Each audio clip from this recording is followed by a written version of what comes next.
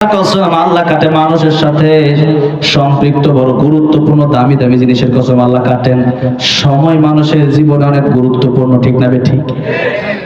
একটা মিনিটের দাম কত? মালাকুল মাউত আজরাইল যেদিন চলে আসবে, একটা সেকেন্ড সময় চাইলে আর দেওয়া হবে না। আল্লাহ রাব্বুল আলামিন বলেন, ইদা জাআ আজালুহুম লা ইস্তাখিরুনা সাআতাও ওয়া লা ইস্তাকদিমুন। মরণের সময় যখন হয়ে যাবে, আর একটা সেকেন্ড দেরি করা হবে না। মালাকুল মউত আজরাইল তোমার কাছে চলে যাবে। এই জন্য নবীজি হাদিস শরীফের ভিতরে বলেন, ইগতানিম খামসান ক্বাবলা খামসিন, শাবাবাকা ক্বাবলা হারামিক, ওয়া সিহহাতাকা ক্বাবলা সাকামিক, ওয়া গিনাকা ক্বাবলা ফাকারিক, ওয়া ফারাগাকা ক্বাবলা শুগলিক, ওয়া হায়াতাকা ক্বাবলা মাউতিক। পাঁচটা সময় আসার আগে পাঁচটা সময়কে তোমরা গনিমত মনে করো। কয়টা সময়? পাঁচটা সময়। এক নম্বরে নবী কাদেরকে ডাক দিলেন? ও যুবকেরা, তোমরা ভালো করে লক্ষ্য করো আমার প্রাণের ভাইয়েরা। নবীজি বললেন, শাবাবকা ক্বাবলা হারামিক, যুবক বয়সকে তোমরা ফেলে দিও না, হেলায় টোলায় কাটায় দিও না। নবী বলেন, শাবাবাকা ক্বাবলা হারামিক, যুবক থাকা অবস্থায় বৃদ্ধ হওয়ার আগে সময়কে মূল্য দাও। কারণ যুবক থাকা অবস্থায় দৌড়াদৌড়ি করতে পারো, রক্ত গরম আছে, যা খুশি তাই করতে পারো, কিন্তু বৃদ্ধ হয়ে গেলে কিন্তু ইবাদত করা সম্ভব হবে না। বৃদ্ধ হয়ে গেলে মানুষ অসুস্থ হয়ে যায়, তারা নিয়ে টানাটানি শুরু হয়ে যায়। শুধু তাই না, যুবকদের কথা যদি চিন্তা করেন, এখন তো মুরব্বি বাবাজিদের চাইতে বেশি যুবকরা মারা যাচ্ছে, ঠিক না ঠিক?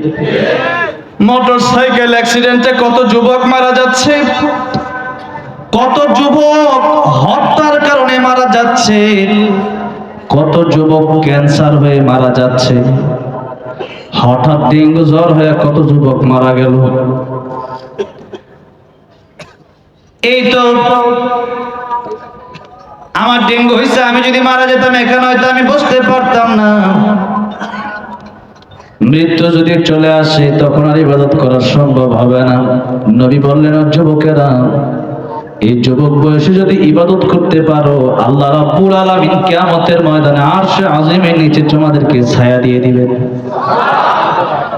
মাথার অর্ধ হাত নয়, আরো কম। নবী বলেছেন, সুরমার যে দাড়ি আছে, ওই যে কাটা দিয়ে সুরমা দেয়, ওটা কতটুকু? এতটুকু উপরে থাকবে সূর্য। এই পৃথিবীর চেয়ে 13 কোটি গুণ বড় সেই সূর্য। লক্ষ লক্ষ মাইল দূরে যে সূর্য, সেই সূর্য যেদিন থাকবে মাথার মাত্র 1 আঙ্গুল উপরে, আর নিচে থাকবে তামার জমিন, মাটি থাকবে না, পানি থাকবে না। সেদিন কি অবস্থা হবে? সেদিন যুবক বয়সে যারা ইবাদত করবে, এদেরকে আল্লাহ আরশে আজিমের নিচে ছায়া দিয়ে দিবেন। এই জন্য যুবক বয়স হেলায় খেলায় কাটানো যাবে না। মুরব্বি হয়ে গেলে পরে তো আর গুনাহ করতে মনেই চায় না, আর এই বয়সে গুনাহ করতে মনে চায়, আল্লাহ দেখতে চাই। এরপরও কারা গুনাহ ছেড়ে দেয়, কারা আল্লাহর ইবাদত করে। এই জন্য যুবক বয়সে ইবাদত করলে বুড়া বয়সে আল্লাহ রাব্বুল আলামিন সেটা ফ্রি দিয়া দেয়। গোশতের দোকানে মাঝে মধ্যে লেখা থাকে, 5 কেজি গোশত কিনলে 1 কেজি ফ্রি, 5 কেজি দুধ কিনলে 1 কেজি দুধ ফ্রি, এরকম ফ্রি। দুইটা ফ্রিজ কিনলে একটা ফ্রিজ ফ্রি, লেখা থাকে না? লেখা থাকে। এখন একজন এসে বলতেছে, 2টা ফ্রিজ আমি কিনবো না, ওই যে একটা ফ্রিজ যেটা আছে ওইটা আমার দিয়ে দেন। এখন ফ্রিজ কোম্পানির পক্ষ থেকে বলা হবে, না, 2টা কিনলে একটা ফ্রি, শুধু ফ্রিটা দেওয়া যাবে না। কেউ যদি বলে 5 কেজি গোশত কিনলে 1 কেজি ফ্রি, আমার 1 কেজি ফ্রিটা দিয়ে দেন, 5 কেজি কিনবো না, দেওয়া হবে না। এই জন্য যুবক বয়সে ইবাদত করতে পারলে পরে, এই মানুষটা যখন বৃদ্ধ বয়সে ইবাদত করতে পারে না, আল্লাহ বলেন, ফেরেশতারে, এই বান্দা যুবক বয়সে আমি আল্লাহরে কত ডাকছে, আমি আল্লাহর জিকির করছি, নামাজ পড়ছে, তাসবিহ তাহলিল আদায় করছে, কোরআন পড়ছে, এখন বৃদ্ধ বয়স, এখন তার শরীরে শক্তি নাই। এখন আমার বান্দা ইবাদত করতে না পারলে কি হইছে? যুবক বয়সে যা করতো এখন বৃদ্ধ বয়সে ফ্রি, মৃত্যু পর্যন্ত তার আমলনামায় তার লিখতেই থাকো, লিখতেই থাকো। এই জন্য শক্তি আছে, ইবাদত করেন। নবীজি বললেন 2 নম্বর ওয়াসিহাতাকা ক্বাবলা সাকামিক, সুস্থ আছো, অসুস্থ হয়ে যাওয়ার আগে আল্লাহর গোলামি করো। অসুস্থ হয়ে গেলে পরে পারবা না। যেই কথা আমি বলতে পারি সুস্থ থাকা অবস্থায়, এখন তো বলতে পারতাছি না, চোখ খুলতে পারতাছি না, ঘুমায় ঘুমায় ওয়াজ করতেছি, বোঝা ঘুমাইতেছি, কোন সময় ডাইরেক্ট ঘুমায় পড়ি। এখন খাইতে পারি না। এখন আমরা মনে করি একজনের কোটি কোটি টাকা আছে আর আমার নাই। একজনে 50 লাখ টাকা মাসে কামায়, আমি কামাই 10,000। না না, আপনার যে আল্লাহ সুস্থতা দিচ্ছে ওইটাই বড় নিয়ামত, এটা অসুস্থ হইলে বোঝা যায়। এখন তো খাইতে পারি না। এখন মনে হয় আরে এতদিন যে খাইতে পারছে ওইটাই তো বড় নিয়ামত। এই জন্য নবীজি বলেন সুস্থতা এটা অনেক বড় নিয়ামত, এটাকে তোমরা কদর করো। এই কদর যদি না করো, রাস্তাঘাটে অ্যাক্সিডেন্ট হয়ে একসময় পাটা তোমার চলে যেতে পারে, হাতটা পঙ্গু হয়ে যেতে পারে, মস্তিষ্ক নষ্ট হয়ে যেতে পারে। এই জন্য অসুস্থ হয়ে যাওয়ার আগে সুস্থ থাকা অবস্থায় আল্লাহর গোলামি করো। করোনা ভাইরাস এসেছিল, করোনা ভাইরাস, মানুষ মসজিদে যেতে চায় না, কিন্তু করোনা ভাইরাসের সময় মানুষ মসজিদ যেতে চাইলেও বাধা দেওয়া হলো যে 5 জনের বেশি মসজিদে নামাজ পড়া যাবে না। ওই সময় মসজিদে যেতে চায় কিন্তু যেতে পারে না। এই জন্য সময় থাকাকালীন গুরুত্ব দেওয়ার জন্য নবীজি বললেন সুস্থ আছো, মসজিদে যাও, ফজরের সময় ঘুমায়ও না। কবরে যাওয়ার পর ঘুম শুরু হবে, সেই ঘুমের কোনো শেষ হবে না। সর্বনিম্ন 40,000 বছর মানুষ ঘুমাবে কবরে, যারা ইমানদার। কয় হাজার বছর? 40,000 বছর। আর যারা বেশি ঘুমাবে তারা কত বছর ঘুমাবে? যদি 40,000 বছর ঘুমায় তাও তো কত বেশি, বাঁচেনি 40-50 বছর মাত্র, আর কবরে যাওয়ার পরে 40,000 বছর ঘুমাবে। চিন্তা করে দেখেন। এবার সেই কবরে যাওয়ার পরে 40,000 বছর যদি ঘুমাতে হয়, ইসরাফিল আলাইহিস সালাম যেদিন সিংহায় ফুৎকার দিবে, ইমানদার চোখ ডলতে ডলতে উঠবে আর বলবে কে রে আমার ঘুমটা ভাঙায় দিল। সুবহানাল্লাহ। কি মজার ঘুম, কি আনন্দের ঘুম। এখন তো ঘুমান, কেউ এসে ডাক দিলে ঘুম ভেঙে যায়, আকাশে বজ্রপাতের গর্জন হলে ঘুম ভেঙে যায়, মাইকে কোনো আওয়াজ হলে ঘুম ভেঙে যায়। এখন তো ঘুমান, পেটে চাপ দিলে ঘুম ভেঙে যায়। এখন তো ঘুমান, পেরেশানির কারণে ঘুম ভেঙে যায়। এখন তো ঘুমান, চাকরি করতে যেতে হবে, ঘুম ভেঙে যায়। কিন্তু কবরে যাওয়ার পরে ঘুম আর ঘুম। ওই যে উঠবেন কিয়ামতের কঠিন ময়দানে, এত লম্বা ঘুমের সুযোগ তারাই পাবে যারা দুনিয়াতে ঘুমাইছে কম, আমার আল্লাহর সময় দিছে বেশি। তাহলে কি মনে করেন 40 বছর ঘুমের দরকার না 40,000 বছর ঘুমের দরকার? ওই 40,000 বছর ঘুমায়, ওইটা আমাদের দরকার। তাহলে কি মনে করেন 40 বছর আরামায়েশের দরকার, নাকি যেই জীবনে আরামায়েশ শুরু হবে তার শেষটাই ওই জান্নাতের আরামায়েশ দরকার? কোনটা দরকার? না, আল্লাহ বললেন ফামান যুহজিহা আনিন নারি ওয়া উদখিলাল জান্নাতা ফাকাদ ফাজ ওয়া মাল হায়াতুদ দুনিয়া ইল্লা মাতাউল গুরুর। জাহান্নাম থেকে যে ব্যক্তি বেঁচে জান্নাতে যেতে পারবে তার চাই সফল কাম আর কেউ হতে পারবে না। আমার ভাইরা, আমার মুরব্বি ওয়াজিরা, এই জন্য কবর চিন্তা করেন, হাসরের চিন্তা করেন। নবীজি বলেন দুনিয়া মাজরাতুল আখিরাহ, এই দুনিয়া তোমাদের পরকালের কর্মক্ষেত্র। যে গাছ লাগাইবা পরকালে তোমরা তাই পাবা। এই জন্য দুনিয়া থাকা অবস্থায় যদি দুনিয়া দুনিয়া দুনিয়া করেন, তাহলে আপনি হয়তো দুনিয়া কোন রকম পেলেও পুরোপুরি পাবেন না, দুনিয়া আখিরাত দুইটাই হারাবেন। কিন্তু আল্লাহর কসম, একবার দুইবার তিনবার শতবার হাজারবার করে বলতে পারি, আপনি কোরআন মেনে নেন, আপনি নামাজে চলে যান, আপনি ইসলাম মেনে নেন, আপনি আল্লাহর কোরআনের বিধানগুলো মেনে নেন, খোদার কসম করে বলছি, দুনিয়াতেও শান্তি, পরকালে চিরমুক্তি আল্লাহ আপনারা দিয়ে দিবে। যারা কোরআন পড়েছে, কোরআন শিখেছে, এদের শান্তি তো কম না। আমাদের এই দেশে কত এমপি মন্ত্রী 16 বছর ছিল, এখন পালানোর জায়গা পায় না। বিগত বছরগুলোতে আমরা কোরআনের কথা বলেছি, এখন তো আমাদেরকে কেউ অসম্মান করে না, এখনো মানুষ সম্মান করে। শুধু তাই না, দুনিয়ার মানুষগুলো সাধারণ এমপি মন্ত্রী যখন বুড়া হয়ে যায়, অনেক এমপি মন্ত্রীরা বিছনায় পড়ে যায়, তাদেরকে খেদমত করার জন্য একটা দুইটা লোক পর্যন্ত পাওয়া যায় না। আর আল্লামা আহমদ শফী, আল্লামা জুনায়েদ বাবনগরী, আরো যত বুজুর্গানে কেরাম ছিলেন এই পৃথিবী থেকে চলে গেলেন। আলেমরা যত বয়স তাদের হয়, তাদের মর্যাদাও তত আল্লাহ বাড়ায় দেয়। সুবহানাল্লাহ। দাম কমে না, খাবারের তো অভাব নাই। কত খাবার, কত টাকা, কত জায়গা। এই রমজানের পরে আল্লাহ আমার আমেরিকা যাওয়ার ব্যবস্থা করলেন। আমেরিকা অনেকগুলো প্রোগ্রাম নিলাম আমেরিকাতে। কোথায়? আমেরিকা। সবাই তো মনে চাইলেও যেতে পারে না। কত দেশ ঘুরছে এখন আমি নিজেও জানি না, হিসাব করে কোয়া লাগবে। অনেক দেশই তো আল্লাহ ঘোরাইছি, কয়েক দেশের সিটিজেন হয়েছে আলহামদুলিল্লাহ। তাহলে এত সম্মান আল্লাহ দিচ্ছেন তো আল্লাহর কোরআনের কারণেই দিচ্ছেন নাকি বলেন? এই যে স্টেজে বসলাম, আল্লাহ তো কোরআনের কারণে এত সম্মান দিলেন। ডোনাল্ড ট্রাম্পকে দেখেও তো মানুষ হাসে, দোষের গালেও মানুষ হতে পারে। কত আওয়ামী লীগ দেখলাম, এই প্রধানমন্ত্রী শেখ হাসিনা তার সম্মান করলো। আজকে যখন প্রধানমন্ত্রী বিদেশে পালায় যাবে, 500 নেতা কর্মী দেখলাম না, তারা গিয়া বলছে যে আপনি থাকেন, আমরা আপনার জন্য ডাল হয়ে দাঁড়ায় গেলাম। আছে নাকি? পাইলাম না।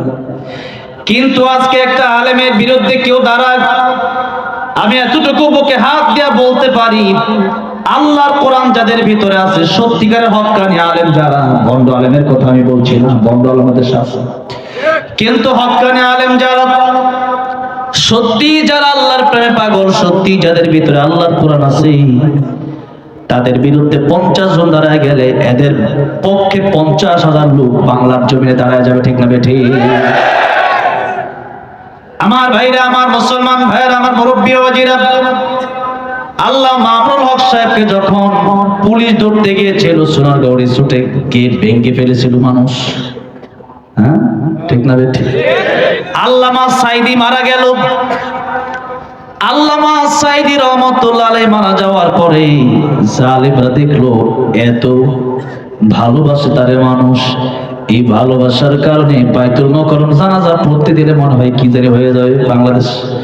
জানাজাও পড়তে দেওয়া হলো না। ঠিক না বেঠি?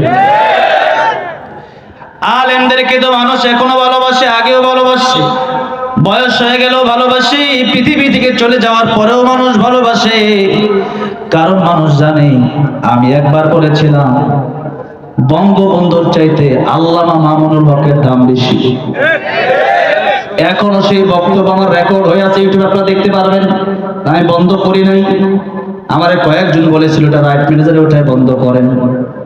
এগুলা কিন্তু আমাদের হাতে আছে। আবার না, আমার কোনো ভিডিও আপনি ছাড়বেন, ওইটা আমি বন্ধ করে দিতে পারি। এটা আমি বলবো এটা আমার ভিডিও, বন্ধ করে দিবে। আমাকে বলা হলো এটা বন্ধ করে না। আমি বললাম কেন বন্ধ করব? নারায়ণগঞ্জের একজন এমপি আমার জিজ্ঞেস করলো, ওনার গাড়িতে উঠাইছে, আমার উঠানোর পর আমার জিজ্ঞেস করলো, তুমি এটা কি বললা, এটা কি ঠিক কাজ করছো? কই বঙ্গবন্ধু আর কই মামুনুল হক? আমি বললাম বঙ্গবন্ধুরে ভালোবাসে মানুষ দেশের জন্য, আর মামুনুল হককে মানুষ ভালোবাসে আল্লাহর কোরআনের জন্য, তার সাথে জান্নাতে যাওয়ার জন্য। ঠিক না বেটি?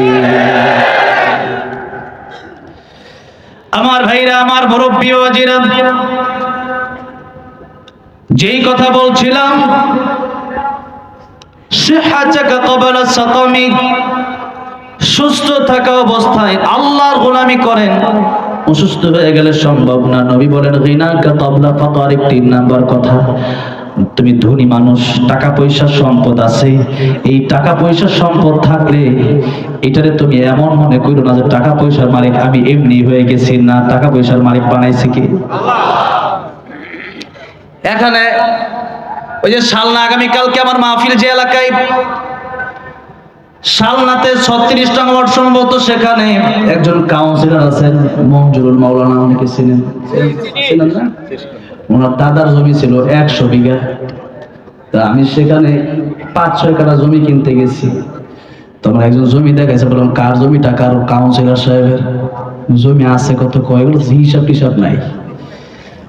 আমি কিনি 5 কাঠা লাগে, 5 কাঠা কেনার লাগে ঘুরি, একটা মাদ্রাসা নিজ জায়গায় করতাম। আর ওনার দাদার ছিল 100 বিঘা, তো ওনার তো প্রায় 50 বিঘা আছে। আল্লাহ যারা দেয় তারা তো এমনি দেয়। 5 বছর ধরে আওয়াজ করে এখন 5 কাঠা কেনার লাগে ঘুরে একটা মাদ্রাসা করতাম, আর ওনারে আল্লাহ পৈতৃক ভাবে দিয়ে দিল 100 বিঘা 50 বিঘা। এটা দেওয়ার মালিকটা আসলে কে? আল্লাহ। সুতরাং এই টাকা পয়সা হলে পরে টাকা পয়সাটা আপনি হারাম কাজে ব্যয় করতে পারবেন না। নবী বললেন টাকা পয়সা যেহেতু আছে, আল্লাহর রাস্তায় টাকা পয়সা গুলো খরচ করবা। সকালবেলার ধনী তুমি, ফকির সন্ধ্যাবেলা। এই তো 3-4 দিন আগে এক মহিলা আমার বাসায় আসছিল, বলল ভাই মুরব্বী, বলল 1.5 কোটি টাকা আমার জীবনের সম্বল একজন মেরে দিছে যে কোনো সিস্টেমে। তাহলে সারা জীবনের সম্বল যে কোনো সিস্টেমে শেষ হয়ে যেতে পারে। এক জায়গায় সারা জীবনের সম্বল জমি কিনলেন 2 কোটি টাকার, পরে গিয়ে দেখলেন জমিটা বিক্রি করছে 10 জনের কাছে। এরকম হয় কি হয় না? আমার ভাইরা, আমার মুরব্বী ওয়াজিরা, সারা জীবনের সম্বল শেষ হতে সময় লাগবে না। এত জমি গাড়ি বাড়ি, একবার অসুস্থ হবেন সব জমি বিক্রি করে দিবেন, হাসপাতালের বিল দিতে দিতে দিতে দিতে আপনার জমি জমা সম্পদ টাকা পয়সা সব শেষ হবে, আপনি সুস্থ হবেন না। এই জন্য নবী বলেন গিনাকা ক্বাবলা ফাকারিক, ফকির হয়ে যাওয়ার আগে তুমি তোমার এই ধনাত্মতাকে মূল্যায়ন করো। টাকা পয়সা মাদ্রাসা মসজিদে কিছু দিও, গরিব মানুষকে কিছু দিও। এই টাকা পয়সা দিয়া আল্লাহর রাস্তায় তুমি কিছু খরচ করো। এই টাকা পয়সা থাকার কারণে অহংকার করবা না, গর্ব করবা না। অহংকার যদি করো যে আল্লাহ টাকা পয়সা দিলেন, ওই আল্লাহ টাকা পয়সা চিনিয়ে দিতে সময় লাগবে না।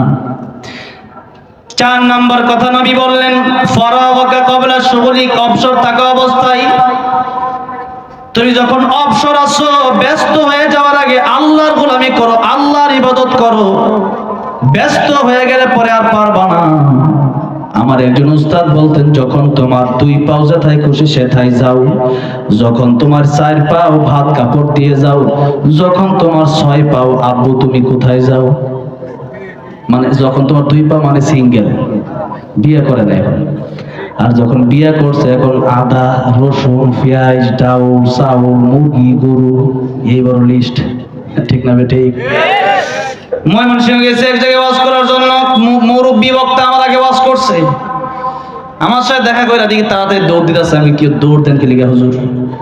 আর তাড়াতাড়ি বাড়িতে না গেলে আমার বউ আমার সন্দেহ করে। আপনি মুরব্বী মানুষ, এই বয়সে এই কথা কন, কি করবো? বুড়া হয়েও শান্তি পাইলাম না, আমার বাড়ির বুড়ি আমারে সন্দেহ করে। এই জন্য বিয়ে করে ফেললে পরে আরেকটু দরাবান্ধা হয়ে যায়। এখন ব্যস্ততা আরো বেড়ে গেছে। এখন আগে তো ছিল নিজের দায়িত্ব, এখন হয়ে গেছে বউর দায়িত্ব। এর কয়েকদিন পরে 1-2 বছর 3 বছর পরে একটা বাচ্চা যখন পৃথিবীতে হয়েছে, 1-2 বছর বয়স, বাচ্চার কাপড় সাপড় ওইটা। এখন বাবা বাচ্চার জন্য কাপড় কিনতে গিয়া বাবার ঈদ মাটি হইয়া যায়। এখন বাবা সন্তানের কথা চিন্তা করে, এখন বাবা মা, এখন স্বামী স্ত্রীর কথা চিন্তা করে, এখন তার নিজের চিন্তা, আবার স্বামীর চিন্তা, আবার বাবার চিন্তা, অনেকগুলো চিন্তা হয়ে গেছে। দিন যত যায় তত মানুষ ব্যস্ত হয়। যারা পড়ালেখা করে মনে করে যে পড়ালেখা শেষ হলে মনে হয় বেঁচে গেছি। এরপরে যখন পড়ালেখা শেষ করে চাকরির জন্য শুরু হয় দৌড়াদৌড়ি, এরপরে চাকরি পেয়ে যায়। আগে তো পড়ালেখা করার সময় এই যে আমাদের মাদ্রাসাগুলোতে হুজুর বললো অ্যান্ড্রয়েড ফোন চালাইতে দেয় না। ছাত্ররা দেখতাম মাঝে মধ্যে অসুস্থর ভান ধরতো, বাড়িতে যাওয়ার জন্য জ্বর আসতো না, এরপরে বলতো হুজুর জ্বর, বলতো হুজুর পেট খারাপ, আন্তাজি বলতো যে হুজুর জন্য বাড়িতে। এখন ছাত্ররা ক্লাসের মধ্যে ঘুমাইতো দেখতাম, কিন্তু হুজুরদের কোনো ঘুম নাই। ছাত্র অসুস্থের ভান ধরতে পারলেও হুজুরদের অসুস্থতার ভান ধরার কোনো সিস্টেম নাই। যারা চাকরি করে এরা যদি ঘুমায় থাকে বেতন দিবে নাকি? বেতন নাই। একদিকে চাকরি, আরেকদিকে ফ্যামিলি, এত চিন্তা করতে করতে লোকটা ব্যস্ত হয়ে যায়। এই জন্য যত দিন যাবে তত আপনি ব্যস্ত হয়ে যাবেন। আপনি মনে করবেন তার বিদেশ পাঠাতে হয়ে গেছে, আমার ছেলেটার এরপরে আমি মনে হয় ফ্রি। না না, আপনি ফ্রি হবেন না, এই দুনিয়াতে ব্যস্ত থাকবেন। এই ব্যস্ততার ভিতরে আল্লাহর গোলামি করতে হবে, আল্লাহর ইবাদত করতে হবে, ধৈর্য ধরতে হবে। এই জন্য যত ব্যস্ত হবেন তার আগে মনে করতে হবে এখন যতটুকু আছি ভালো আছি, অবসর আছি। আমার আগে হুজুর বলছে বেশি বেশি জিকির করেন, সুবহানাল্লাহ আলহামদুলিল্লাহ পড়েন। সুবহানাল্লাহ আলহামদুলিল্লাহ পড়লে দুনিয়াতে যত ফাঁকা জায়গা আছে আল্লাহ রাব্বুল আলামিন সব ফাঁকা জায়গাগুলো আল্লাহ সওয়াব দিয়া ভরপুর কইরা দেন। সূরা ইখলাস পড়তে থাকেন, সূরা ইখলাস 3 বার পড়লে এক খতম কোরআন শরীফের সওয়াব হয়ে যায়। আপনি সূরা ইখলাস পড়তে থাকেন। আর সময় পাইছেন মা বাবার চেহারার দিকে তাকান। হজে যাইতে হলে বছরে একবার যাওয়া যায়, অর্থ লাগে, দেহ লাগে। মা আর বাবার দিকে যতবার তাকাবেন ততবারই আল্লাহ কবুল হজের সওয়াব দিয়ে দিবে। ওগুলো করেন, একবারে সহজ, কিন্তু তার পাওয়ার অনেক বেশি, তার ফজিলত অনেক বেশি। ইখলাস করতে কতক্ষণ সময় লাগে, সুবহানাল্লাহ আলহামদুলিল্লাহ বলতে কতক্ষণ সময় লাগে, মার বাপের চেহারার দিকে তাকাইলে কতক্ষণ সময় লাগে। কিন্তু এই আমলগুলাকে আমরা আমলই মনে করি না যে এগুলোর কি। কিন্তু এগুলা মানুষ কবরে যাওয়ার পরে ঠিকই বুঝবে এগুলো যে কত গুরুত্বপূর্ণ আমল ছিল। কিয়ামতের ময়দানে বুঝবে এগুলো যে কত বড় আমল ছিল। সপ্তম আকাশ সপ্তম জমিন মিজানের পাল্লায় দিলে মিজানের পাল্লা লড়ে না। আর সুবহানাল্লাহ সুবহানাল্লাহ বিহামদি সুবহানাল্লাহিল আযীম পড়লে, একবার পড়লে মিজানের পাল্লায় দিলে মিজানের পাল্লা ধরে না। তাহলে এই দুনিয়ায় থাকা অবস্থায়, অবসর থাকা অবস্থায় আল্লাহর গোলামি করেন। লাস্ট কথা, শেষ কথা, 5 নম্বর কথা নবী বললেন হায়াতাকা ক্বাবলা মাউতিক, মরণের আগে ভালো হয়ে যান, মরণের পরে কিন্তু ভালো হওয়ার আর সুযোগ, মরণের পরে আর ভালো হওয়ার সুযোগ নাই। এখন যদি জিজ্ঞাসা করি মরণ তো কবে, যে আগামী রমজানে ভালো হয়ে যাব, আপনাদেরকে জিজ্ঞাসা করতে চাই আগামী রমজান পর্যন্ত বাঁচার গ্যারান্টি আছে নাকি? বাড়িওয়ালা নাই রে, বাড়ি নাই রে। দুনিয়াতে গান দেখেছেন আব্দুল কাদের হাওলাদার, আমার সাথে খুব ভালো একটা সম্পর্ক ছিল। গতকালকে নাকি পরশুদিন মনে হয় মারা গেল। তিনি তো এই গানগুলো লিখতেন,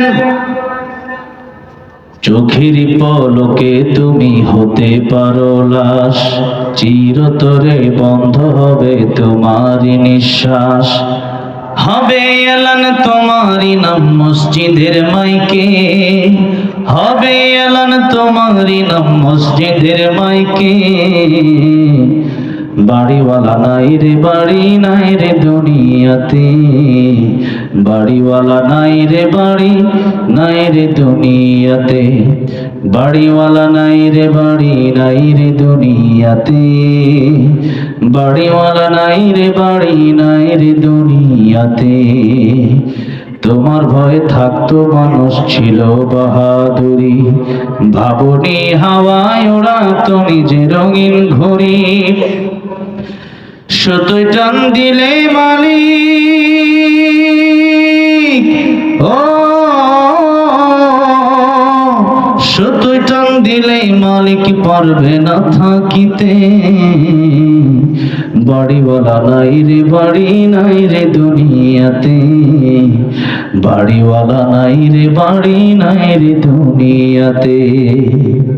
সেই গান লিখেছিলেন আব্দুল কাদের হাওলাদার। চলে গেলেন, স্ট্রোক করে পৃথিবী থেকে চলে গেলেন। অনেক ভালো মানুষ ছিলেন তিনি। আমার সাথে দেখা হলে আমার বলতো যে 2000 টাকা আসেনি, আমি তারা দিতাম, অনেক মহব্বত করতো আমারে। আল্লাহ জান্নাত নসিব করে দেন, বলেন আমিন। ফিরোজ শাহ গান গাচ্ছিল স্টেজের ভিতরে, 1 মিনিটের নাই ভরসা, সঙ্গ হবে রং তামাশা, দম ফুরাইলে বন্ধু চক্ষু বুঝিলে। গান গাইতে গাইতে স্টেজের ভিতরে তার মরণ হয়ে গেল, মাইকটা ছুটে গেল হাত থেকে। আমি মিরপুর শহীদ বুদ্ধিজীবীতে আমাকে দাওয়াত করা হয়েছিল বুদ্ধিজীবীর মাঠে মিরপুরে। মাগরিবের পরে আমার বয়ান, আসরের পরে গেলাম বুদ্ধিজীবীদের কবর জিয়ারত করার জন্য। আমি কবর জিয়ারত করতে করতে তার কবরটা দেখলাম, তখনই মনে হয়ে গেল আমার সেই কথা। স্টেজের ভিতরেই মরণ হয়ে গেল, বুকের মাঝে হাত দেওয়া হলো, দেখতেছে আর নড়ে না। আর ভিতরে রুহ যদি না থাকে, খালি ডাব্বার কোনো দাম নাই।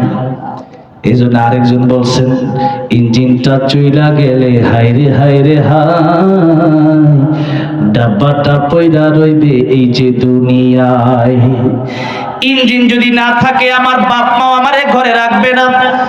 ইঞ্জিন যদি না থাকে, আমার স্ত্রী আমার ঘরে জায়গা দেবে না। ইঞ্জিন যদি না থাকে, প্রধান বক্তার চেয়ারে আমাকে আর বসাবে না। ইঞ্জিন যদি না থাকে, সভাপতি থাকবে না। ইঞ্জিন না থাকলে এমপি থাকবে না। ইঞ্জিন যদি না থাকে, মন্ত্রী থাকবে না। ইঞ্জিন যেদিন চলে যাবে, আওয়ামী লীগ আপনারা টানবে না, বিএনপি আপনারা টানবে না। ইঞ্জিন যদি না থাকে, যে স্ত্রী ছাড়া আপনি ঘুমাতে পারেন না, স্ত্রী যদি বলেন একটা রাত আমার সাথে তুমি ঘুমাইও, জায়গা দেবে না। এই জন্যই তো মসজিদে যখন এলান করে মাইকিং করে মানুষের মৃত্যুর পর আজও তো মাইকিং করতেছিল। আমি থাকি তো কোট বাজার, ওখানে আমার মসজিদের সকালেও আজকে একজন মারা গেল, মাইকিংটা করে হচ্ছে আব্দুর রহমান ইন্তেকাল করছে। ইন্তেকাল মানে আলেমরা জানে, ইন্তেকাল শব্দের আরবি শব্দের অর্থ হচ্ছে এক জায়গা থেকে অন্য জায়গায় চলে যাওয়া। এটা হচ্ছে ইন্তেকাল শব্দের অর্থ। তার মানে নবী বললেন, কবরে যাওয়ার পরে তোমার যখন কবরে শুয়ে দেওয়া হবে, এরপরে মানুষ দাফন করে 40 কদম যেতে যতক্ষণ সময় লাগে, এতক্ষণ সময়ের ভিতরে মুনকার নাকির চলে আসবে। এরপরে মুনকার নাকির প্রশ্ন করবে, মা রব্বুকা মান দীনুকা ওমান হাযার রাজুল আল্লাযী বুইতা ফীকুম, তোমার রবকে, তোমার দিন কি, নবীর চিনো কিনা। এই যে প্রশ্নগুলো করা হবে, আর সে কবরের ভিতরে থেকে মানুষ যে কবরের উপর দিয়া, কবরের সাইডে দিয়ে হাঁটা চলা করতেছে, ওই হাঁটা চলার শব্দ কবরের ভিতরে লোকটা থেকে শুনতে পাবে, এত কাছে। তার মানে আপনি যে চলে গেলেন, একবারে শেষ হয়ে গেলেন না, আপনি যে কবরের ভিতরে চলে গেলেন, আপনি কিন্তু কয়েক মিনিট পরেই মানুষের হাঁটার আওয়াজ শুনতে আবার পাবেন। এই জন্য ইন্তেকাল মানে এক জায়গা থেকে অপর জায়গায় চলে যাওয়া। গেল তো আমার আপনার রুহু হলো ইঞ্জিন, আর এই দেহটা হলো ডাব্বা। ডাব্বার জন্য যে পরিশ্রম আমরা করলাম, ইঞ্জিনের জন্য আজকে আমরা এই পরিশ্রম করি না। চেহারার জন্য কত ফেস ওয়াশ, কত ক্রিম, কত পাউডার, চুলের জন্য কত দামি দামি শ্যাম্পু মারলাম। শরীরের জন্য যে শরীর হয়তো আমার পচেও যেতে পারে, যে শরীর আমার পোকামাকড় খেয়ে ফেলবে, ওই শরীরের জন্য কত দামি দামি সাবান ইউজ করলাম। কিন্তু ইয়াউমা লা ইয়ানফাউ মালুন ওয়ালা বানুন ইল্লা মান আতাল্লাহা বিকলবিন সালিম। কিয়ামতের ময়দানে সুন্দর কলম, প্রশান্ত মন আল্লাহর দরবারে কাজে আসবে, এছাড়া কিচ্ছু কাজে আসবে না। বলেন তো, আমরা ডাব্বার জন্য যেরকম কষ্ট করি, এর চেয়ে কোটি গুণ বেশি ইঞ্জিনের জন্য কষ্ট করার দরকার আছে না নাই? এই জন্য এটাকে ঈমান দিয়ে পরিপূর্ণ করেন। আজকে আমরা মানুষের চেহারা বড় সুন্দর, কিন্তু অন্তরটা হয়ে গেছে কালো। হযরতে বেলাল বড় কালো, তার অন্তরটা বড় ভালো। লোকমান হাকিম বড় কালো, তার অন্তরটা বড় ভালো। লম্বা চড়া আলোচনা, সেদিকে আমি যাব না। তাহলে 5টা কথা আমি বললাম। নবী বললেন 5 সময়ের আগে 5টা সময়কে তোমরা গনিমত মনে করো। 1 নম্বর কি বললেন? শাবাবাকা ক্বাবলা হারামিক, 1 নম্বর যুবক বয়স থাকা অবস্থায় বৃদ্ধ হয়ে যাওয়ার আগে আল্লাহর ইবাদত করো, বৃদ্ধ হয়ে গেলে পারবা না। 2 নম্বর ওয়াসিহাতাকা ক্বাবলা সাকামিক, সুস্থ থাকা অবস্থায় আল্লাহর গোলামি করো, অসুস্থ হয়ে গেলে পারবা না। 3 নম্বর গিনাকা ক্বাবলা ফাকরিক, টাকা পয়সা থাকা অবস্থায় এই টাকা পয়সা আল্লাহর জন্য কাজে লাগাও, কারণ টাকা পয়সা শেষ হয়ে গেলে পরে খুঁজবা, টাকা পয়সাও যাবে, দুনিয়া আখিরাত ধ্বংস হবে যদি টাকা পয়সা আল্লাহর জন্য কাজে না লাগাতে পারো। 4 নম্বর ফারাগাকা ক্বাবলা শুগলিক, অবসর থাকা অবস্থায় আল্লাহর গোলামি বেশি বেশি করো, ব্যস্ত হয়ে গেলে পারবা না। 5 নম্বর মরণের আগে ভালো হও, মরণের পরে আর ভালো হওয়ার কোনো সুযোগ নাই। এই হলো ওয়াল আসরের সামান্য তরজমা করলাম হাদিসের মাধ্যমে। এবার আল্লাহ রাব্বুল আলামিন বললেন ইন্নাল ইনসানা লাফি খুসর। আল্লাহ বললেন দুনিয়ার সব মানুষ ক্ষতিগ্রস্ত, ক্ষতির সাগরে মানুষ ডুবে আছে। সাগরের ভিতরে যদি কেউ মনে করেন ডুবে গেছে, আমি কি বললাম? সাগরের মধ্যে ভাসছেন না, সাগরের ভিতরে ডুবে আছেন? ডুবে আছেন। আল্লাহ বলেন মানুষ ক্ষতির সাগরে ডুবে আছে। এখন আপনি মনে করেন এই আগে তো আমাদের এরকম ছিল, এখন খুব কম। পুকুরের ভিতরে অনেকেই গোসল করছেন, কি করছেন না? পুকুরের মধ্যে যদি আপনারা গোসল করেন, এই পুকুরের ভিতরে আগে একটা খেলা হইতো যে কে কতক্ষণ ডুব দিয়ে থাকতে পারে, এরকম হইতো না? একজন 1 মিনিট ডুব দিয়ে থাকার পরে উঠা দেখে সেও ডুব দিয়ে আছে, সে আবার ডুব দিচ্ছে, ও আবার উঠা দেখে ও তো ডুবা, এরকম কয়েক ঘন্টা চলে। কথার কথা আর কি, অনেক সময় চলে যায় কিন্তু ও বাবা যে উঠে না, এগুলো বাটপারি চলে আর কি, খেলার মজার খেলা তো। এখন মনে করেন ওই পুকুরে ডুব দিয়ে তো 1 মিনিট, সর্বোচ্চ 1.5 মিনিট 2 মিনিট থাকা যায়, এর বেশি থাকা যায়? এর বেশি থাকলে আপনার জীবন নাশ হয়ে যাবে, আপনার মরণ হয়তো হয়ে যাবে, দম পড়া লেগে আপনি মরে যাবেন। এখন মনে করেন আপনি আপনার একজন পীরকে খুব ভালোবাসেন, ওই পীর সাহেবকে নিয়ে কোনো পুকুরে ডুব দিলেন। পীর সাহেব আপনি একজন পীর সাহেবকে এত ভালোবাসেন যে তার সাথে মুসাফা করতে পারলে আপনি মনে করেন যে আমার জীবন ধন্য। এখন ওই পীর সাহেব ওই পুকুরের ভিতরে যদি আপনাকে জড়ায়া ধইরা যদি ওই পুকুরের নিচে যদি মিনিট 2-3 মিনিট থাকে, এরপরে আপনার না স্যার আপনি কি করবেন? আপনি আপনার জীবন বাঁচানোর জন্য পীর সাহেবের ধাক্কা দিবেন কি দিবেন না? এরপরেও ছুটে না, এরপরে খুশি দেবেন, এরপরে পীর সাহেব আপনার ছাড়ে না, তোমার বড় ভালোবাসি কই আর দিছে একবার, এই যে অসুস্থ হয়েছি আমার গজন না মরলে আওয়া লাগবো, মানে না মরলো যে লাস্ট টাইম না হাজির করতে হবে। এখন সেলিমের কথা কইতাছি না আর কি, অন্য সব যাওয়ার কথা কইতাছি। এখন দেখেন পীর সাহেবকে তো আমি খুব মহব্বত করি, তো মহব্বত করিয়া একবার এমন যাতা দিচ্ছে না দম পড়া লাগিয়ে বুঝে যেতেছেন। পীর সাহেব দিয়েছেন ঘুষি, কেন? জীবন বাঁচানোর জন্য, ঠিক না ঠিক? এবার মনে করেন আপনার নেতা আছে, ওই নেতার কাছ থেকে আপনি নমিনেশন নিলেন, ওই নেতা পুকুরের ভিতরে গিয়া আপনারা জাপ দিয়া ধরছে, তুই তোর আমি খুব ভালোবাসি, তুই আমার করবি, তোরা নিয়ে 10 মিনিট পুকুরের নিচে ডুবে থাকি, আপনি কি কইবেন? তোর নেতা আগে জীবন বাঁচাবে, ঠিক না ঠিক? আল্লাহ বলেন পৃথিবীর মানুষ ক্ষতির সাগরে ডুবে আছে, এই ক্ষতির সাগরে ডুবে আছে। এখন মানুষগুলো যদি এই সাগর থেকে সাগরের কিনারায় আসতে চায়, এই ডুবা থেকে যদি মানুষ উঠতে চায়, যদি কোনো পীর বাধা হয়ে দাঁড়ায়, সেই পীরকে আমরা মানতে পারবো না। সেই পীরকে ঘুষি দিতে ঘুষি দেব, লাথি দিলে তো লাথি দেব। কোন পীর যদি আল্লাহর কোরআনের বিরুদ্ধে যায়, খালি গরু দেও ছাগল দেও, নামাজের দরকার নাই, এরকম বন্ড পীর আছে না নাই? এরকম বন্ড পীর যদি হয়, আমি সাগরে ডুবে আছি, সাগরে এই ডুবন্ত অবস্থা থেকে আমি ফিরে ওই কিনারে উঠতে চাই, আমার এই জায়গায় যদি বাধা হয়ে দাঁড়ায় আমার নেতারা আমি মানবো না, নেতারা আমি ধাক্কা দিয়ে ফেলে দেব। কারণ আমার এই ডুবন্ত অবস্থা থেকে আমার সাগরের কিনারায় আমার যেতেই হবে, যেভাবেই হোক। এবার আমি জিজ্ঞাসা করতে চাই, জীবনের দাম বেশি না ইমানের দাম বেশি? ইমানের দাম কেমন বেশি? জীবন চলে গেলে হয়তো আবার জীবন পাবো, কিন্তু ইমান চলে গেলে আর ইমান কখনো পাওয়া যাবে না। এই জন্য জীবন চলে গেলে পরকালে তো আবার জীবন আসবে। ইমান যদি হয়ে যায় অনন্তকালের জন্য আল্লাহর তৈরি জান্নাত আমরা পেয়ে যাব। আর যদি জীবনটা আমাদের বেঈমান অবস্থায় চলে যায়, যদি জীবন থাকে বেঈমান, ডোনাল্ড ট্রাম্পের যেমন কোনো দাম নাই, কুত্তার দাম আছে, ডোনাল্ড ট্রাম্পের দাম নাই। ঠিক তেমনি ভাবে আমি আর আপনি যদি ইমান হারা হইয়া কবরে যাই, তাহলে আমার আপনার দাম নেই। আসহাবে কাফের সাথে একটা কুকুরও জান্নাতে যাবে, আমি না যেতে পারলে আমি কুকুরের চেয়ে হতভাগা। এবার আসেন,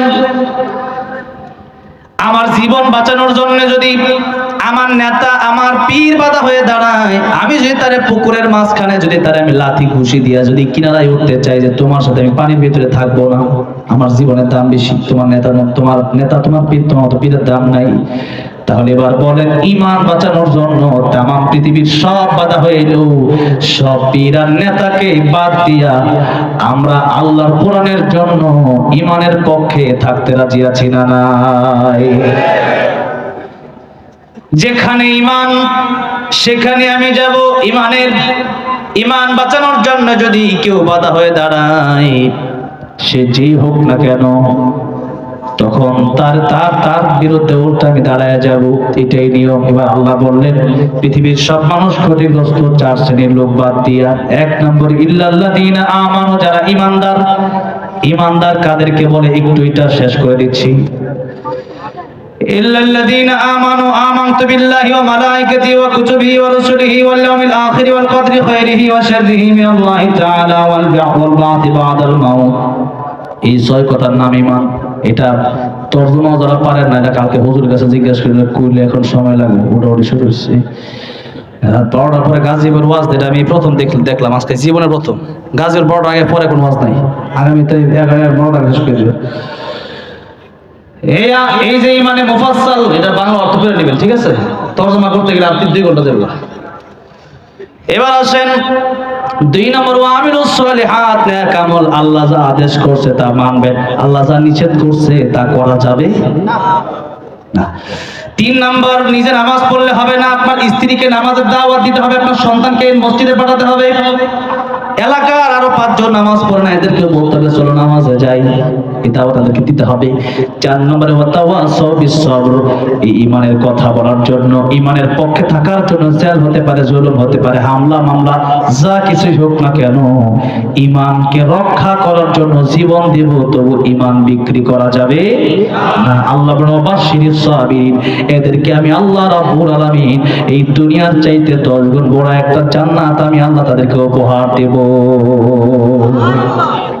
আল্লাহ রাব্বুল আলামিন ঈমান, আমল, দাওয়াত, সবর নিয়ে কবরে যাওয়ার তৌফিক দান করে আমাদেরকে, বলেন আমিন।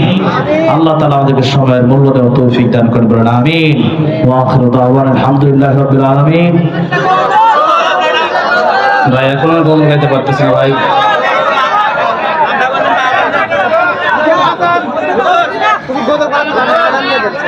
না ভাই এখন আর এত আজান দিব না। আগামী বছরের মাহফিলের ডেটটা করে দিতে হবে। আগামী বছর মাহফিলের ডেট মদিনাতুল উলুম মাদ্রাসা গাজীপুরের ৭৪ বার্ষিক ওয়াজ মাহফিল 13 নভেম্বর। 13 নভেম্বর আপনারা আসবেন ইনশাআল্লাহ। আর আমি 19 ডিসেম্বর ইনশাআল্লাহ দিগির সালামি হারুন রশিদ জালালাবাদী সাহেব এখানে আসছেন, দাওয়াত দিয়েছেন, ওনার মাহফিলে আপনাদেরকে দাওয়াত দিয়ে গেলাম। এখন মোনাজাত হবে, আর কোনো গজল আজান দিতে পারবো না ভাই, এটা একটা আজানের সময়। দুরূদ শরীফ পড়ি, আল্লাহুম্মা সাল্লি আলা মুহাম্মাদ ওয়া আলা আলি মুহাম্মাদ কামা সাল্লাইতা আলা ইব্রাহিম ওয়া আলা আলি ইব্রাহিম ইন্নাকা হামিদুম মাজিদ।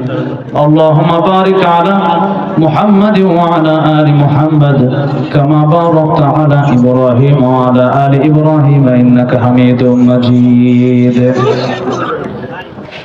অনেকে দোয়া চাইছে মাদ্রাসার জন্য আপনারা দোয়া করেন। আমার শরীরের কন্ডিশনটা আপনাদের বুঝতে হবে, বুঝতে পেরেছেন? আল্লাহ শরীর সাহেবকে কবুল করেন, মাদ্রাসাকে কবুল করেন।